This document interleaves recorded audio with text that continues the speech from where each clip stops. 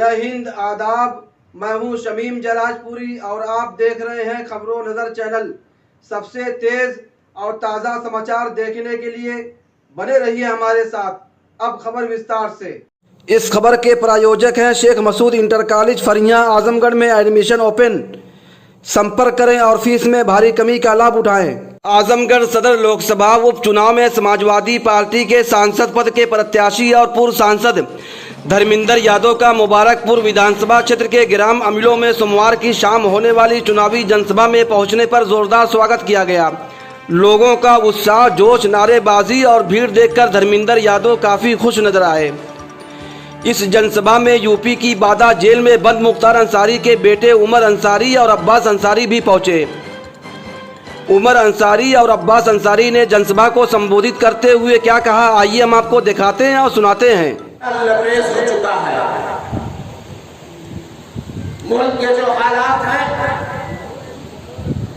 वो आप बखूबी जानते हो। पहले हमें खरीदने की तमाम कोशिशें की गई, लेकिन जब वो हमें खरीद नहीं पाए तो हमें जान से मारने और मिटाने की नापाक कोशिशें की गई। लेकिन इस खुले आसमान के नीचे अल्लाह को अपना गवाह मानकर आपसे ये कह रहा हूं कि ये सर इस्लाम के सिपाहियों का सर है। ये सर कट जाएगा पर कभी झुक नहीं सकता। मैं यहां मंच पर सबसे छोटा हूं धर्मेंद्र भैया। 23 बरस की मेरी उम्र है। सियासत की इजाजत नहीं देती है, लेकिन आपके बीच अपने वाले जनाब मुख्तार अंसारी साहब का पैगाम लेकर आया हूं। हम यहां खड़े होकर बोल रहे हैं, आपसे इल्तिजा करने आए हैं तो बहुत जिम्मेदारी से और सोच समझकर, क्योंकि हमारा किसी से जमीन जायदाद खेत खलियान का मुकदमा नहीं है। हमने 17 साल जेल में गुजारा है तो आपकी इज्जत, आबरू, मान सम्मान की लड़ाई को लड़ते हुए गुजारा है। मेरे मोहतरम बुजुर्गों और भाइयों, आज बढ़ने का मौका नहीं है। हमारे भाई, हमारे चचा लगते हैं, वो कलमा गो भाई हैं, लेकिन जिस पार्टी से वो ताल्लुक रखते हैं हम उस पार्टी में रह चुके हैं। हमें सब पता है। इसलिए अगर आप बढ़ जाओगे तो आप ये समझ लेना कि आपने अपना वोट हाथी पर नहीं बल्कि कमल पर दे दिया। मैं बहुत साफ बात कर रहा हूं। आपका अगर वोट हाथी पर गया तो वो कमल पर जाएगा। वो भाजपा को ताकत पहुंचाने और मजबूत करने का काम करेगा। मेरे मोहतरम बुजुर्गों और भाइयों, आजमगढ़ की इस सरजमीन ने हमेशा एक मिसाल बनाने का काम किया है। तारीख में आपने अपना नाम दर्ज कराया है कि कभी इस सरजमीन पर सामंतवादी, फासिस्ट और फिरका परस्त ताकतें अपना पैर नहीं जमा पाई है। और मैं अपने वालिद का यही पैगाम आपके बीच में लेकर आया हूं कि आज भी आप बटिएगा मत, एकजुट हो जाइए, मुत्तहिद हो जाइए और धर्मेंद्र भैया को, अखिलेश भैया को और समाजवादी पार्टी को इस बात का एहसास दिला दीजिए कि भारतीय जनता पार्टी को रोकने के लिए हम सारी कौम मुत्तहिद होकर एक जगह जाएंगे। मोहतरम बुजुर्गों और भाइयों, मेरी 23 वर्ष की उम्र में मेरे ऊपर सैकड़ों मुकदमे, 25,000 का इनाम धर्मेंद्र भैया, 1.5 साल में फरार रहा। अफसोस की बात यह नहीं है कि मुकदमे हैं, अफसोस की बात यह है कि पहला मुकदमा 1962 का है, जब मेरे वालिद भी पैदा नहीं हुए थे। 1962 में मैं जमीन पर उतर के एसडीएम साहब को डरा धमकाकर एक जमीन को अपने नाम लिखवा लेता हूं। ये पहली एफआईआर उमर अंसारी पर 27 अगस्त 2020 को दर्ज हुई और वो फेरिस्त और अब तक चल रहा है। मेरे बड़े भाई आले जनाब अब्बास अंसारी साहब मऊ सदर के विधायक,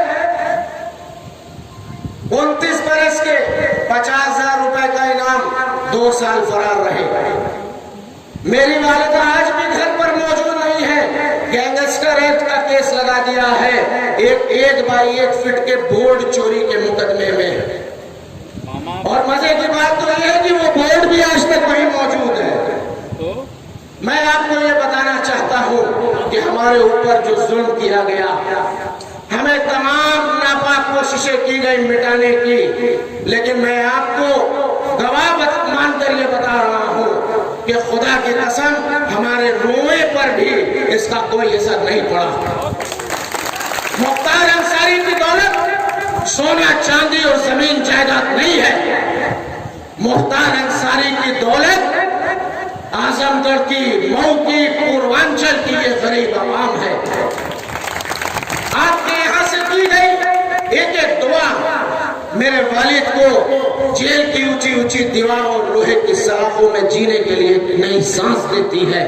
इसलिए मैं तहे दिल से आपका एहसानमंद हूं और शुक्रगुजार हूं।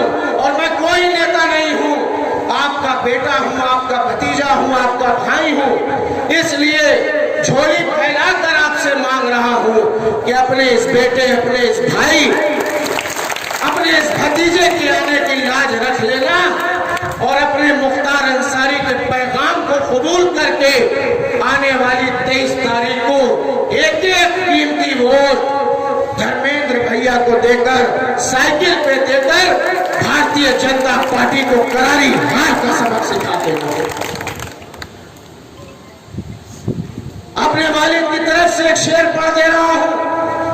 आप मान लीजिएगा कि मंच पर उमर मुख्तार नहीं, मंच पर खुद मुख्तार अंसारी खड़े हैं। सैकड़ों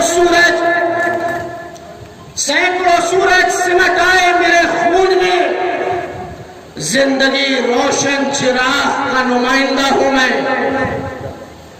सैकड़ों सूरज सिमट आए मेरे खून में, जिंदगी रोशन चिराग का नुमाइंदा हूं मैं।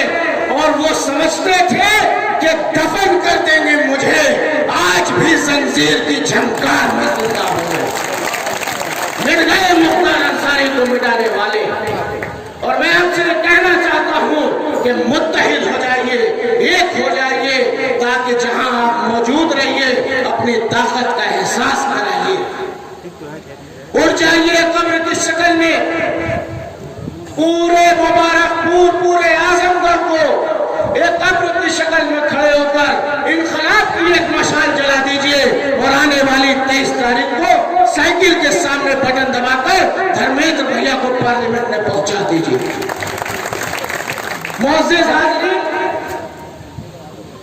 मैं परसों अपने वालिद से मिलने जा रहा हूं। एक बार मुझे दोनों हाथ उठाकर बताइए कि मुबारकपुर की अजीम आवाम ने मेरे वालिद का पैगाम कबूल किया। दोनों हाथ उठाकर बताइए। आपके मिले इस प्यार ने, आपके मिली इस मोहब्बत ने और दुआओं ने मेरे सीने पर जो जख्म थे उस पर मरहम लगाने का काम किया है।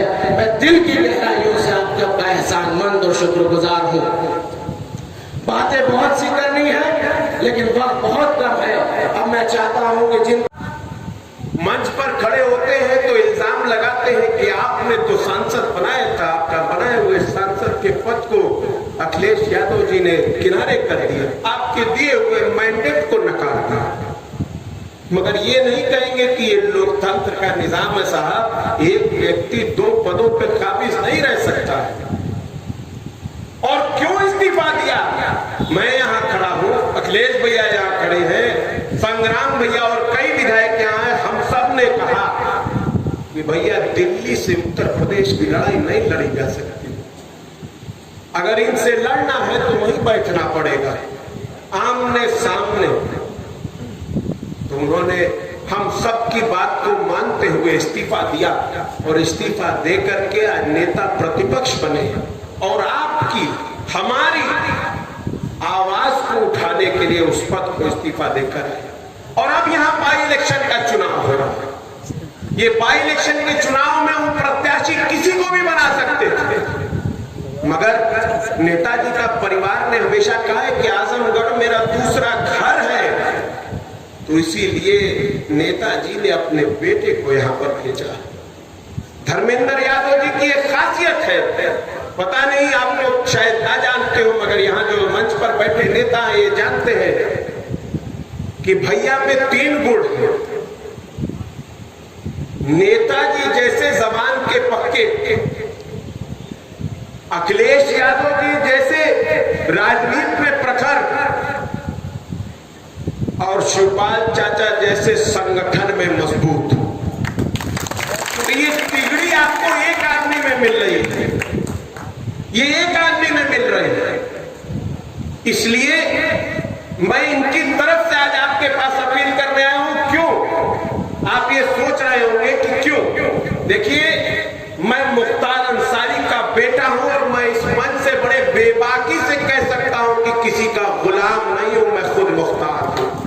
खुद लगा, एहसास हुआ कि ये आदमी सही है, इसलिए इस मंच पर खड़ा हूं, किसी मजबूरी के तहत नहीं खड़ा हूं। मुझे आना होता तो चुनाव के पहले दिन आ जाता, जिस दिन धर्मेंद्र भैया पर्चा दाखिल करने आए थे। मगर जब एहसास हुआ कि चुनाव में अब कम दिन बचे और हमारे भाई अपना वोट कहीं कीमती बांट ना दे, और हमारे आबाओ अजदाद की तरफ से जो हमें ये मिट्टी दी गई है, इस मिट्टी में पेवस्त वो खुशबू, वो गंगा जमनी तहजीब, वो बड़कपन, वो भाईचारा, वो इस जमीन की ताकत जो इसने कभी भी किसी सांप्रदायिक फिरका परस्त, सामंतवादी और मनोवादी ताकत, संविधान विरोधी ताकत और लोकतंत्र विरोधी ताकत को कभी इस मिट्टी पे पलटने नहीं दिया। कहीं हमारे बटने की वजह से वो छोटा सा पौधा लगाने में कामयाब ना हो जाए। तो मुझे एहसास हुआ मेरी जिम्मेदारी का, और उस जिम्मेदारी का एहसास होने पर मैं आपके बीच में चला आया। और मैं सलाम करता हूं आपके इस जज्बे को कि इतनी देर रात तक आप उस नाचीज को सुनने यहां पर बैठे हुए। मैं आपके सामने ये बात रखना चाहता हूं कि आज मुल्क क्या है, आज हमारा मुल्क कहां है। ये मुल्क गंगा जमनी तहजीब का मुल्क आज किनके हाथों में है? जिनके हाथों में आज ये मुल्क दे दिया है। कभी हमने अपने गिरबान में झांक कर देखा है कि आज ये जो कुर्सी पर बैठे हैं, इनको कहीं हमारी गलतियों से तो वो कुर्सी नसीब नहीं हो गई? कभी सोचा है हमने? मैं किताब पढ़ रहा था, आलमिया जंग तीसरी, उसकी तीसरी पार्ट, उसमें लिखा था जब जब हम फिरकों में बटेंगे, जब जब हम इलाकों में बटेंगे, जब जब हम आपस में लड़ेंगे, तब तक खुदा का कहर नाजिल होगा और जालिम बादशाह की हुकूमत मुसल्लत करी जाएगी, ताकि उसके जुल्म और जबर से हम फिर से दहशत में आकर मुत्तहिद हों और खुदा का खौफ आए हमारे अंदर। आज वही दौर है। आज सत्ता की कुर्सी पर बैठे लोग जो जुल्म कर रहे हैं मेरे नौजवान साथियों के पीठ पे डंडे बरसाकर, हमारे बड़े बुजुर्गों की दाढ़ी को हाथ लगाकर, हमारी मां बहनों के इज्जत आबरू पर उंगली उठाकर, ये हमारी गलती से बैठे, तो ये गलती ठीक भी हम ही को करनी पड़ेगी, ये किसी और की बात नहीं। क्योंकि ये जो बैठे हैं छोटे छोटे बच्चे, जिनकी मूंछ की रेख भी नहीं आई है, ये इंतजार कर रहे हैं, ये इंतजार कर रहे हैं अपनी जवानी का। क्योंकि आपने तो अपनी जवानी जी ली, यहाँ कई ऐसे बड़े बुजुर्ग हैं जिसने अपनी जवानी ऐसे दौर में नहीं जी। हम सब ने भी अपनी जवानी ऐसे दौर में नहीं जी, मगर ये जो आने वाली नस्लें हैं, इन्हें ये सोचना पड़ेगा कि ये क्या खाएं, क्या पहने, क्या बोले, कहां बैठे, कहां जाएं, और उसके जिम्मेदार कौन होगा? कौन होगा उसका जिम्मेदार? अगर ये सवाल पूछेंगे हमारी आंखों में आंखें डालकर कि कहां थे हम जब अपने बुजुर्गों की, अपने आबाओ अजदाद के खून पसीने से सींचा हुआ ये देश, इस देश का संविधान और इस देश का लोकतंत्र जब बर्बाद किया जा रहा था, पैरों तले कुचला जा रहा था, उन अंग्रेजों के चमचों के पैरों के नीचे, तो कहां थे हम? जवाब नहीं होगा। सर झुकाकर उनके सामने से हटना पड़ेगा और शर्मिंदगी का एहसास होगा। अगर तब उस शर्मिंदगी से बचना है तो आज हमको खड़ा होना होगा। आज हमको यह एहसास कराना होगा कि हम जिंदा हैं, क्योंकि जो जिंदा होता है वही जुल्म के खिलाफ आवाज उठाता है। हम जिंदा हैं, इस बात का सबूत हम कैसे देंगे? तो इस बात का सबूत हम ऐसे दे सकते हैं कि इस उलमाओं की सरजमी पर, इस शहीदों की सरजमी पर न कल हमने सांप्रदायिक ताकतों को, फिरका परस्त ताकतों को पनपने दिया था, ना आज देंगे और ना आने वाले कल को देंगे। ये हमारा काम है। रही बात हमारी, तो हम तो बदनामे जमाना हैं।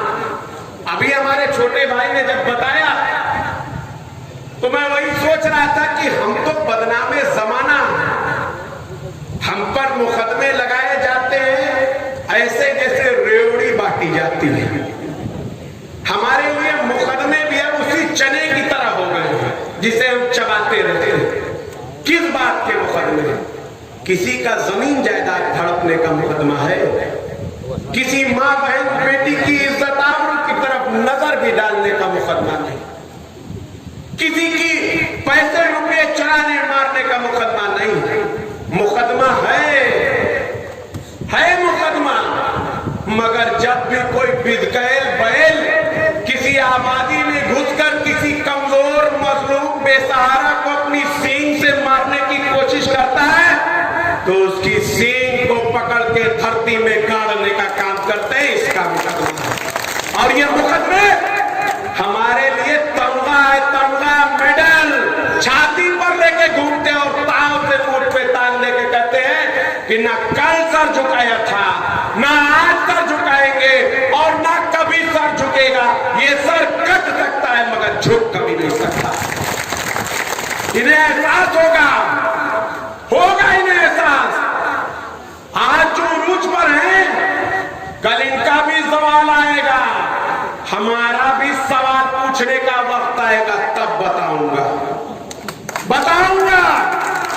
मैंने चुनाव में भी कहा था ऊपर वाले को न जाने क्या मंजूर था, मौका नहीं दिया, मगर अगर दिया तो मैं आप सबकी आंखों में देखकर आपके तरफ से कहता हूं कि छोड़ूंगा किसी को नहीं, सूद समेत वापस लूंगा।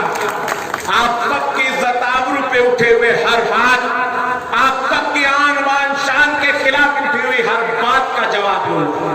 मगर वो वक्त लाने के लिए आज हमको ये साबित करना पड़ेगा कि हम जिंदा हैं और आपके साथ की जरूरत है मुझे, और किसी चीज की जरूरत नहीं। ये मेरी ताकत है।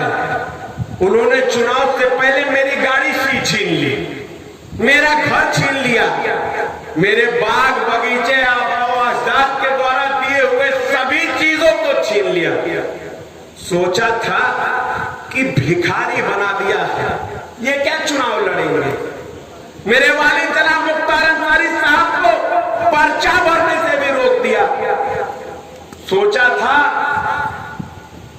कि अब कहां आगे बढ़ेंगे, मगर आप सबके दुआओं से पर्चा भरा, चुनाव लड़ा, देश की बड़ी बड़ी हस्ती आई, देश के प्रधानमंत्री आए, देश के गृह मंत्री आए, देश के रक्षा मंत्री आए, प्रदेश के मुखिया आए, उप मुखिया आए।